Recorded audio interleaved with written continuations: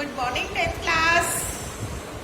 देखिए हम लोग 9 चैप्टर्स पूरे कर चुके हैं, है ना। अब मैं ये 10th चैप्टर है आपका, आज स्टार्ट करवा रही हूँ आपको। आपके टोटल चैप्टर्स हैं 20। तो अभी मैं सोचती हूँ हाफ ईयरली में अपन 10 चैप्टर्स ही लें तो ज़्यादा अच्छा है। थोड़ा रिवीजन भी कर लेंगे, क्योंकि कुछ बच्चों का काम बिल्कुल ही नहीं आया है, तो उनका काम भी आना ज़रूरी है। उनको भी अब फोर्स करना पड़ेगा, जैसे हमेशा क्लास में करते हैं, ठीक है ना। तो 10 चैप्टर के बाद एक है अपना 11 चैप्टर। तो ये चैप्टर हम कोशिश करेंगे करने की, अगर हो जाता है तो। नहीं तो 10 चैप्टर तक ही रखें अपने फर्स्ट टर्म में, ठीक है ना। तो अभी फिलहाल तो चलिए 10 चैप्टर स्टार्ट करते हैं, ठीक है। अपना 10 चैप्टर है इलेक्ट्रिक करंट। इलेक्ट्रिक करंट जैसे सब आप जानते हैं, इलेक्ट्रिक करंट क्या होता है? Flow of electricity.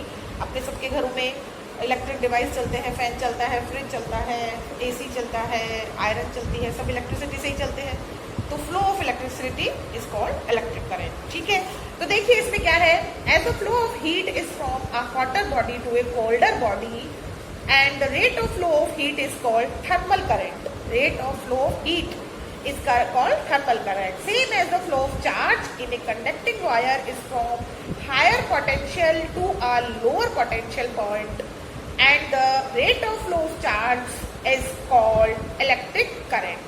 The direction of electric current is from positive charge to negative charge, that is opposite to the direction of motion of the electrons. Electron जो होते हैं वो नेगेटिव चार्ज से positive की तरफ फ्लो करते हैं, और इलेक्ट्रिक चार्ज जो होता है, इलेक्ट्रिक चार्ज में पॉजिटिव से नेगेटिव की तरफ फ्लो करते हैं, ठीक है।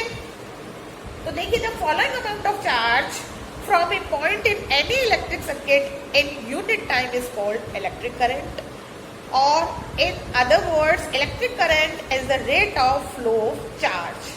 Let Q be the charge is flowing from the point in time t, then electric current is equal to charge upon time. Electric current को हम I से लिखते हैं, charge को हम Q से लिखते हैं, और time t. तो electric current किसके बराबर हो गया? Rate of flow of charge in time. ये क्या है? Charge, है ना। तो एक समय में कितना चार्ज फ्लो हो रहा है उसे हम इलेक्ट्रिक करंट कहते हैं। इलेक्ट्रिक करंट की यूनिट क्या होती है? इलेक्ट्रिक करंट इसमें Q की यूनिट होती है कूलम, लिखते हैं इसको C से, T होता है सेकंड, तो कूलम अपॉन सेकंड, और इसकी यूनिट I की जो होती है वो होती है एम्पियर। एम्पियर होती है, इसको भी हम एम्पियर को हम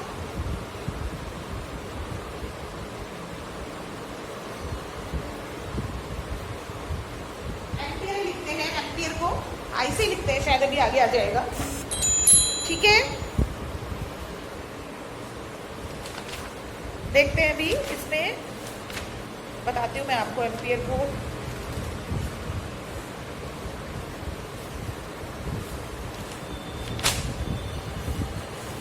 ये रहा,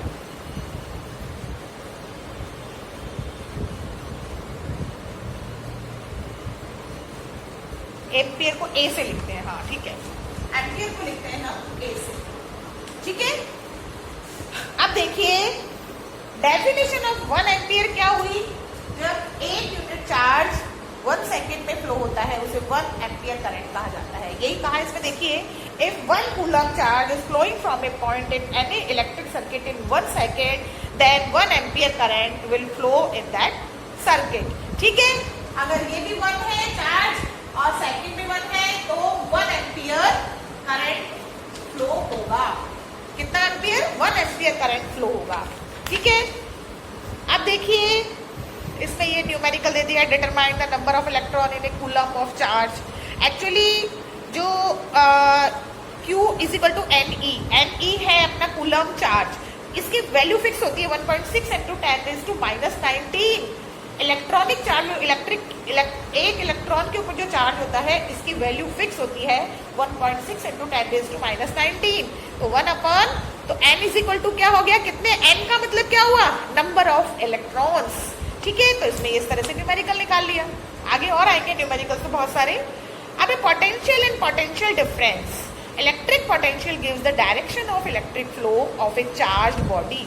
When two charged bodies are kept in contact, then the positive charge always flow from higher potential to lower potential. आपको बताया मैंने, इलेक्ट्रिक चार्ज होता है हमेशा पॉजिटिव से नेगेटिव की तरफ फ्लो होता है. तो जब दो बॉडीज एक दूसरे के कांटेक्ट में आती है इलेक्ट्रिक बॉडीज, तो उसमें जो हायर पोटेंशियल वाला होता है वहां से पॉजिटिव चार्ज लोअर पोटेंशियल की तरफ फ्लो होता है. If the potential on the both the side is same, अगर दोनों इलेक्ट्रिक बॉडीज का पोटेंशियल सेम है, the difference in potential is zero है, मतलब दोनों का सेम इलेक्ट्रिक पोटेंशियल है, and these two bodies are in position of electric contact, then there is no flow of current on the और charge. इसके दोनों के बीच में कोई करंट फ्लो नहीं होगा अगर दोनों पोटेंशियल दोनों के बीच में पोटेंशियल डिफरेंस अगर जीरो है, मतलब दोनों का पोटेंशियल जो है सेम है. We define the electric potential difference between 2 points in current carrying electric circuit in term of work. The electric potential difference is defined as the work on amount on work done to bringing a unit positive charge from one point to another point in any electric circuit. Potential difference between 2 points A and B. अगर किसी का है potential difference B A और एक का है B B, तो इनका जो डिफरेंस होगा वो होगा Q upon one done upon Q. मतलब इस चार्ज को फ्लो करने, इस चार्ज में दो पोटेंशियल डिफरेंस के बीच में जो चार्ज है वो कितना वर्क डन हो रहा है, कितना वर्क हो रहा है, इसको इसी टर्म में लिखा जाता है. ठीक है, W अपॉन Q. तो between 2 points A and B W upon Q हो गया. अब यूनिट ऑफ इनकी यूनिट ऑफ वर्क की आपको पता ही है, एनर्जी की वर्क की जूल होती है, Q की कूलॉम होती है, ये तो आपको पता ही है. तो अगर मान लो ये VT जो है VA और ये VT मानो इन्फिनिट में रखा हुआ है, कोई भी इलेक्ट्रिक जो आपका इक्विपमेंट है कोई उस पर रखा हुआ है इनफाइनाइट पे, दैट W अपॉन Q. और इनफाइनाइट पे हमेशा मानते हैं पोटेंशियल डिफरेंस, जो पोटेंशियल होता है जीरो होता है. तो VA minus zero is equal to W upon Q. ठीक है, तो इस तरह से VA अगर मान लो 1 यूनिट चार्ज है, किसी उसमें 1 यूनिट चार्ज है, तो VA किसके बराबर होगा 1 अपॉन Q होता है ना. तो ये हो जाएगा VA is equal to Q. ठीक है, सॉरी W मैंने गलत लिख दिया, ये W चार्ज मान लो हमें 1 कूलम माना है, तो VA जो होगा वो W के 1 के बराबर होगा. VA और VB दो पोटेंशियल डिफरेंस, दो के बीच में अगर पोटेंशियल डिफरेंस देखा जाए तो W अपन Q होगा, वर्क डन अपॉन चार्ज. और अगर मान लो Q जो है वो 1 है, तो और हमने इनफाइनाइट माना है, तो इनफाइनाइट पे जीरो होता है. इनफाइनाइट का मतलब हमको पता ही नहीं है कहाँ रखा हुआ है, तो वहां हम जो पोटेंशियल मानेंगे उसका वो जीरो मानेंगे. तो VA इज इक्वल टू जो हो जाएगा Q इज इक्वल टू 1 अगर है, तो VA जो है वर्क डन के बराबर होगा, W के बराबर होगा. ठीक है, the electric potential at any point is equal to the amount of work done to bringing a positive unit charge from infinity to the point. Electric potential difference is measured by the device which is called voltmeter.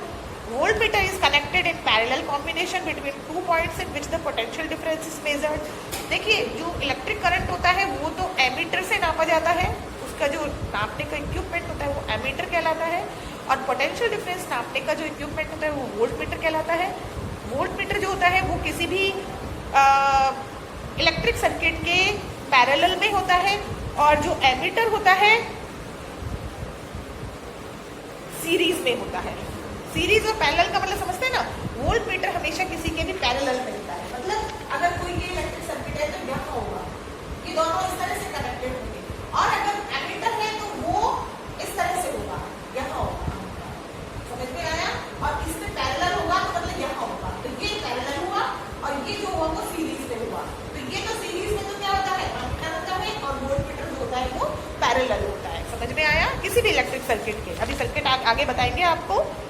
देखिए, ये है the usually symbols of useful instruments in electric circuit. देखो क्या क्या दिखा रखा है इसमें. एक तो होता है इलेक्ट्रिक सेल. इलेक्ट्रिक सेल को हमेशा पॉजिटिव और नेगेटिव एनर्जी से शो करती है.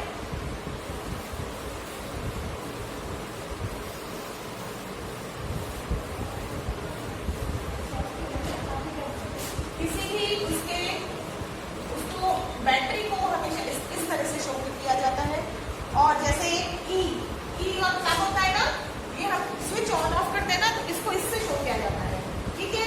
और अगर की मान लो बंद की हुई है तो इस तरह से, और अगर खुली है तो इसको हटा देते हैं इस तरह से, ठीक है। ये की होती है। और रो स्टेट और वेरिएबल रजिस्टर्स अगर लगे हुए हैं तो वो इस तरह से शो किए जाते हैं, इस तरह से शो किए जाते हैं, ठीक है। और वोल्ट मीटर V लिखा जाता है, पॉजिटिव नेगेटिव। एमीटर A लिखा जाता है, ठीक है, पॉजिटिव नेगेटिव। और किसी भी इलेक्ट्रिक बल्ब या कोई ऐसी इलेक्ट्रिक उसको शो करते हैं तो वो इस तरह से करते हैं, ये इलेक्ट्रिक बल्ब होता है। इस तरह से हम इसके सिंबल्स होते हैं, क्योंकि हम ये तो बता नहीं सकते कि फैन लटका हुआ दिखा देंगे या बल्ब बना हुआ दिखा देंगे, इस चीज को दिखा नहीं सकते। तो कोई भी इलेक्ट्रिक सर्किट बनाते हैं तो इन चीजों से इनको शो किया जाता है, ठीक है।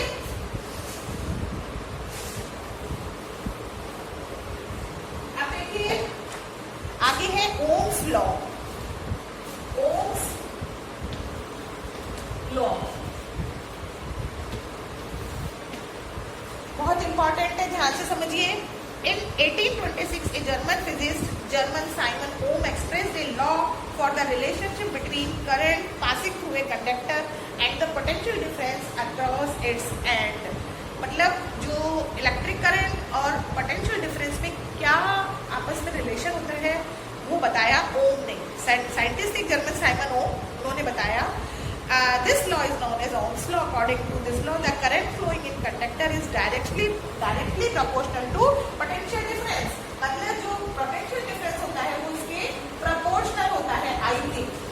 ये बताया उन्होंने। और क्या बताया कि जब the across it is physical condition of conductor like temperature, pressure, length, area of cross section etc. are kept constant. तो मैथमेटिकली अगर हम, मैंने आपको कल भी बताया था शायद कि आपको जब भी कोई इसका क्या बोलते हैं, इसको प्रपोर्शनल का साइन हटाना होता है तो एक कांस्टेंट लगाते हैं हम, यहाँ आर कांस्टेंट लगता है जिसको बोलते हैं रेजिस्टेंस। ये आर कांस्टेंट है, इसको रेजिस्टेंस बोला जाता है। V where I is the current flowing in a conductor, V is potential difference across its end and R is constant of proportionality which is called resistance. तो ये R is equal to क्या हो जाएगा, V upon I, और V is equal to क्या हो जाएगा, I R, ठीक है ना। तो V is equal to I R, V को बोलते हैं वोल्ट से, I को एम्पियर, और R जो होता है इसको बोलते हैं ओम। इसका जो R की जो वो होती है यूनिट उसको बोलते हैं ओम। इस तरह से लिखा जाता है, इसको ओम बोलते हैं और लिखा इस तरह से जाता है इसको, ठीक है, समझ में आया। ये होता है Ohm's law, V is equal to I R, इसे बोलते हैं ओम्स लॉ। तो डेफिनेशन ऑफ 1 ओम क्या हुई, 1 ohm is defined as the resistance of the conductor through which current is 1 ampere is passed in when the potential difference across it ends is 1 volt. अगर 1 volt current, 1 volt potential difference और 1 ampere current pass किया जाता है तो 1 ohm resistance होता है। ये होती है 1 ओम की definition. Experimental verification of ohms law, तो देख लीजिए इसमें सारे लगे हुए हैं, ये किस तरह से है, ये देखिए, ये तो हम इस तरह से बना नहीं सकते हैं, तो ये एक्चुअली ये वाला बन जाता है इसमें। कैसे बनता है देखिए इलेक्ट्रिक सर्किट ओम्स लॉ में, अगर ये बैटरी है प्लस माइनस, और इसमें मैंने बताया था कि की होती है, एक रोस्टेड होता है ना, और एक होता है एमीटर जिसे वो नापते हैं, सीरीज में होता है ये, और एक होता है आपका वोल्ट मीटर। वोल्ट मीटर हमें किसमें होता है, पैरेलल में होता है, ठीक है। ये होता है इलेक्ट्रिक सर्किट, ठीक है। और इलेक्ट्रिसिटी जो फ्लो करती है वो हमेशा पॉजिटिव से नेगेटिव की तरफ, तो ये इसका डायरेक्शन होगा, पॉजिटिव से नेगेटिव की तरफ हमेशा फ्लो करती है।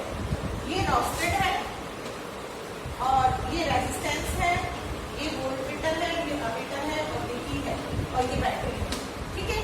ये इस तरह से ओम्स लॉ का जब वेरिफिकेशन करते हैं तो ये वाला पूरा इलेक्ट्रिक सर्किट डायग्राम बनाया जाता है। और हमेशा इलेक्ट्रिसिटी जो हमारे घरों में भी होती है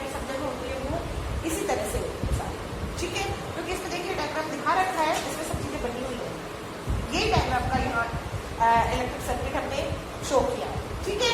तो that current is increased by adjusting the slider of the roasted RH। A graph is plotted by taking ammeter reading. अगर एक ग्राफ बनाया जाए ओम्स लॉ का तो क्या होगा, क्या बताया था कि V इज इक्वल टू, क्या बताया था, V is proportional to I, यही बताया था ना। तो मतलब V is proportional to I का मतलब क्या हुआ, V अगर बढ़ेगा तो I बढ़ेगा, V कम होगा तो I कम होगा। इसी तरह से I बढ़ेगा तो V बढ़ेगा और I कम होगा तो V कम होगा। तो इस तरह से अगर मान लो इसके बीच में ग्राफ बनाया जाए तो ये एक ग्राफ एक स्ट्रेट लाइन आएगा। ये तो है हमारा मान लो V और ये है हमारा मान लो I। तो जैसे जैसे मान लो ये है,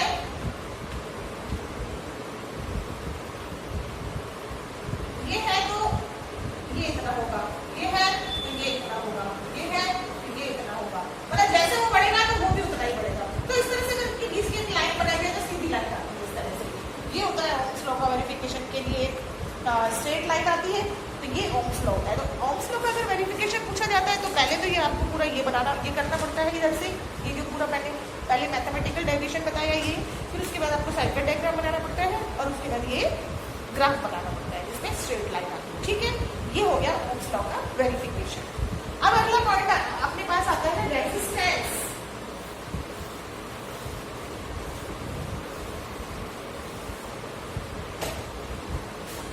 अगला पॉइंट आता है अपने पास रेजिस्टेंस।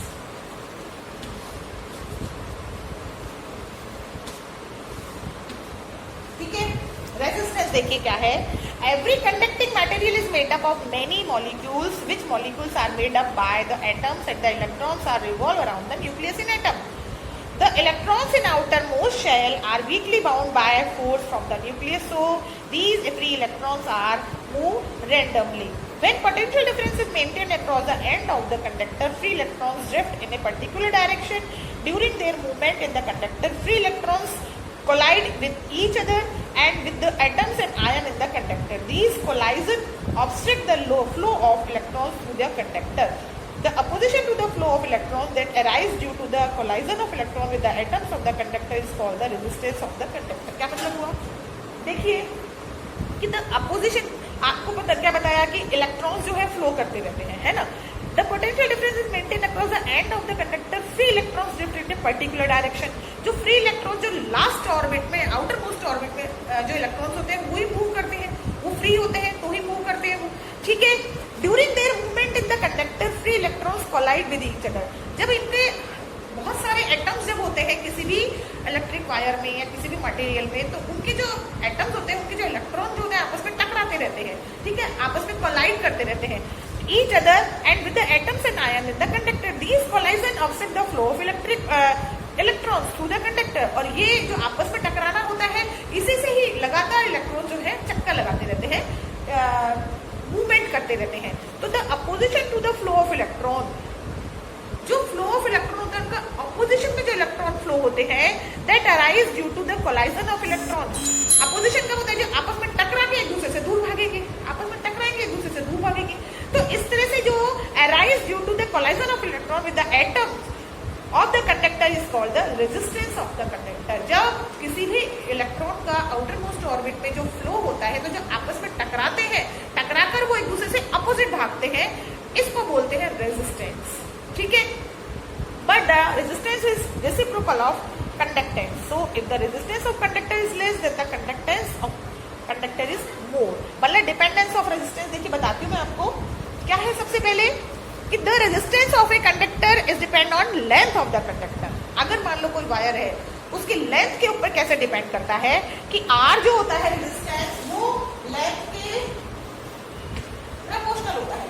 अगर किसी भी वायर की जैसे कंडक्टेंस की ये लेंथ बढ़ाई जाती है तो रेजिस्टेंस भी बढ़ता है, ठीक है। लेंथ कम की जाती है तो रेजिस्टेंस भी कम होता है, पहला हो गया। दूसरा है क्रॉस एरिया सेक्शन। जो जैसे कि मान लो कोई वायर है, ये लंबा वायर है, ठीक है, तो एरिया ऑफ क्रॉस सेक्शन क्या कहलाता है, इसकी मोटाई, ये इसकी एरिया ऑफ क्रॉस सेक्शन, ठीक है। तो एरिया ऑफ क्रॉस सेक्शन में क्या होता है, the conductor of same length and material but different area of cross section are taken and reciprocal of draw the graph between resistance and area of cross section. तो R जो होता है वो area of cross section के 1/a के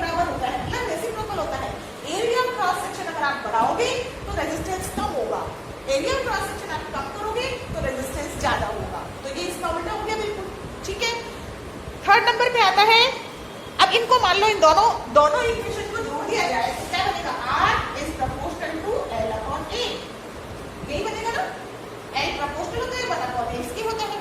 अब मैंने बताया प्रोपोर्शनल का साइन हटाया जाता है, तो प्रोपोर्शनल का साइन अगर हम हटाएंगे तो यहाँ एक ये इस तरह से एक साइन आता है जिसको बोलते हैं रेजिस्टेंस L अपॉन A।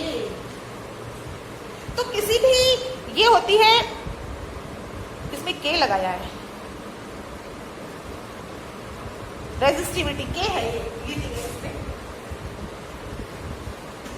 तो ये रेजिस्टेंस की रेजिस्टिविटी कहलाती है। ये प्रोपोर्शनल का साइन हटा के हमने जो ये कांस्टेंट लगाया है, कांस्टेंट बोलते हैं, ये रेजिस्टिविटी कहलाती है। और ये हर वायर की, हर एक रेजिस्टर की रेजिस्टिविटी अलग अलग होती है, ठीक है। तो K is a constant which is called specific resistance of a conducting body और रेजिस्टिविटी। तो unit of K is equal to ohm into metre. Resistivity देखिए बता रखा है, K इज इक्वल टू क्या हुआ, अब K इसमें निकालना है हमको, तो K इज इक्वल टू क्या हुआ बताइए, K is equal to R A upon L, यही होगा ना, R A अपॉन L। तो रेजिस्टिविटी किसके ऊपर डिपेंड करी, resistance into area of cross section upon length. Length बढ़ेगी तो रेजिस्टिविटी कम होगी, ठीक है ना, नीचे रेसिप्रोकल है ना, ये लेंथ बढ़ेगी तो रेजिस्टिविटी कम होगी, लेंथ कम होगी तो रेजिस्टिविटी ज्यादा होगी। R बढ़ेगा तो रेजिस्टिविटी भी बढ़ेगी, एरिया ऑफ क्रॉस सेक्शन बढ़ेगा तो रेजिस्टिविटी बढ़ेगी। तो दोनों अपोजिट होंगे इसके, ठीक है। तो इस तरह से ये स्पेसिफिक रेजिस्टेंस की डेफिनेशन दी जाती है। द स्पेसिफिक रेजिस्टेंस और resistivity is equal to the resistance of conductor when the length and cross area section are taken as unit. Resistivity of a material does not depend upon the length and cross area section but on the material only. Resistivity of a material does not depend upon the length and cross section area but on the material only. सिर्फ एक material के ऊपर depend करती है, R और A के ऊपर depend नहीं करती, मटेरियल के ऊपर डिपेंड करती है कि किस मटेरियल का बना हुआ है।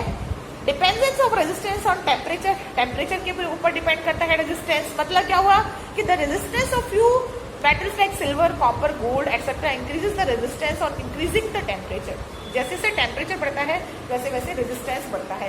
इस तरह से ये रेजिस्टेंस जो होता है टेम्परेचर के ऊपर भी डिपेंड करता है। इसी तरह से मटेरियल के ऊपर भी डिपेंड करता है कि जैसे मान लो we take 4 material silver, copper, gold and aluminium of equal length and area of cross section and determine the resistance of all material. The resistance of aluminum is odd and maximum and the resistance silver is minimum. तो material के ऊपर भी बहुत depend करता है, जैसा material होगा वैसा ही रेजिस्टेंस होगा। तो ये डिपेंडेंस मैंने आपको बता दी किस किस चीज के ऊपर डिपेंड किया रेजिस्टिविटी ने।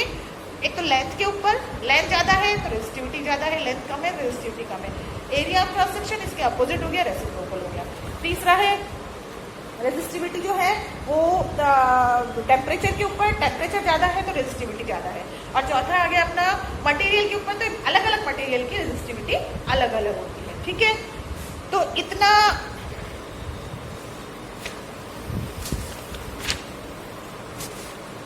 आज हम इतना ही पढ़ पाएंगे, बहुत बड़ा फिर वीडियो बनता नहीं है, उसमें मुश्किल हो जाती है थोड़ी। तो ये कॉम्बिनेशन ऑफ रेजिस्टेंस जो है ये बहुत अच्छा टॉपिक है। इसमें कॉम्बिनेशन वाले में तो बहुत सारे न्यूमेरिकल्स भी आते हैं। अच्छा, इसमें भी जो ओम्स लॉ है ना उस पर बहुत सारे न्यूमेरिकल्स बनते हैं, आगे बताऊंगी आपको। इसमें एक्सरसाइज में न्यूमेरिकल्स बहुत सारे आएंगे। ठीक है, तो ये आप अच्छे से वीडियो सुनिए, मेरा ध्यान से समझिए, जो समझ में नहीं आता है आप मुझे भेजिए। ठीक है, ओके, बाय बाय।